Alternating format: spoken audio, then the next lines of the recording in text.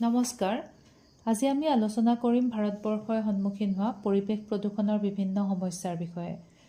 যদিও পৰিৱেশ প্ৰদূষণৰ বহুত সমস্যা আছে, আমি ইয়াত কেইটামান মূল সমস্যাৰ বিষয়েহে আলোচনা কৰিছোঁ। প্ৰথমতে আমি কওঁ বায়ু প্ৰদূষণৰ কথা। বিশ্বৰ প্ৰদূষিত ৰাষ্ট্ৰবোৰৰ ভিতৰত ভাৰতৰ স্থান তৃতীয়। দেশৰ ভিতৰত নতুন দিল্লীৰ জলবায়ু আটাইতকৈ বেছি নিম্নমানৰ।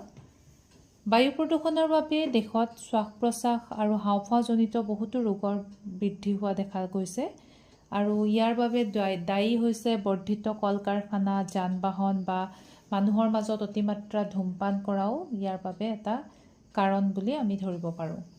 তাৰপিছত আহিল জল প্ৰদূষণ। ভাৰতবৰ্ষত প্ৰায় ৩৭ নিযুত মানুহ পানীৰ পৰা হোৱা ৰোগত প্ৰতি বছৰে আক্ৰান্ত হয়। জল প্ৰদূষণৰ বৰ্ধিত প্ৰকোপৰ বাবে দেশৰ নদীসমূহত পানী দূষিত হোৱা দেখা গৈছে। নদীসমূহত জাবৰ-জোথৰ পেলোৱাৰ বাবে নদীৰ গভীৰতাও হ্ৰাস পাইছে আৰু সঘনে বানপানী হোৱাও দেখা গৈছে। তাৰপিছত প্ৰদূষণৰ আন ফলত হোৱা এটা পৰিৱেশৰ সমস্যা হৈছে জলবায়ুৰ পৰিৱৰ্তন। পৰিৱেশীয় প্ৰদূষণ ভাৰতৰ জলবায়ু পৰিৱৰ্তনৰ একমাত্ৰ কাৰণ। বৰ্তমান আমি দেখা পাওঁ যে গ্ৰীষ্মকাল অতি বেছি হৈ গৈছে, গ্ৰীষ্মকাল বৃদ্ধি হৈছে আৰু শীতকাল হ্ৰাস পাইছে। গৰম বা ঠাণ্ডাৰ প্ৰকোপো অতিমাত্ৰা হৈছে আৰু এইটোও দেখা যায় যে হঠাতে বৰষুণ হয়। আজিকালি অৱতৰতে দীৰ্ঘদিন ধৰি বৰষুণ হয়, ইও এটা জলবায়ু পৰিৱৰ্তনৰ ফল।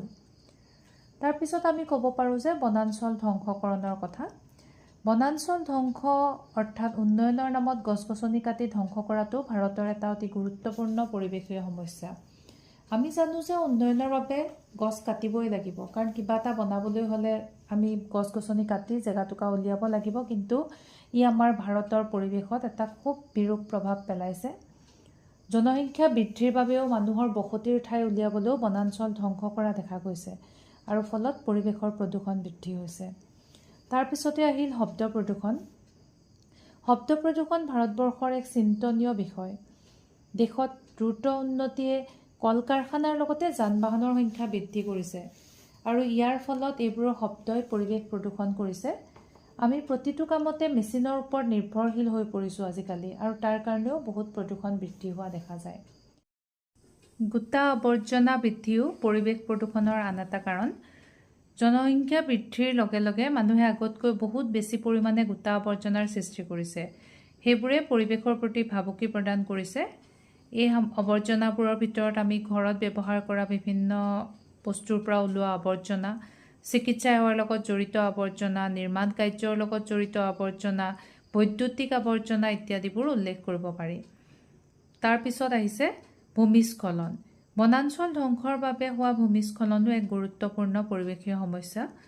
ইয়াৰ ফলত অসমতে প্ৰতি বছৰে বহুতো মানুহে নিজৰ মাটি-বাৰী হেৰুৱাবলগীয়া হয়। উন্নয়নমূলক কাম-কাজৰ বৃদ্ধিয়েও গছ-গছনি ধ্বংস কৰিছে। এইদৰেও পৰিৱেশ বিনষ্ট হৈছে। আন এটা পৰিৱেশীয় সমস্যা হৈছে জৈৱ বৈচিত্ৰ্যৰ ধ্বংস। পৰিৱেশ প্ৰদূষণৰ ফলস্বৰূপে পৃথিৱীৰ পৰা বহুত জীৱৰ বিলুপ্তি ঘটিছে। শগুন, কাউৰী আদি পৰিৱেশৰ বাবে অতি উপকাৰী চৰাইবোৰো ক্ৰমে নোহোৱা হ'ব ধৰিছে। বসতি প্ৰধান অঞ্চল বৃদ্ধি হোৱাৰ বাবে শিয়াল, কুকুৰনেচীয়া আদিবোৰো জন্তুও নোহোৱা হৈ গৈছে।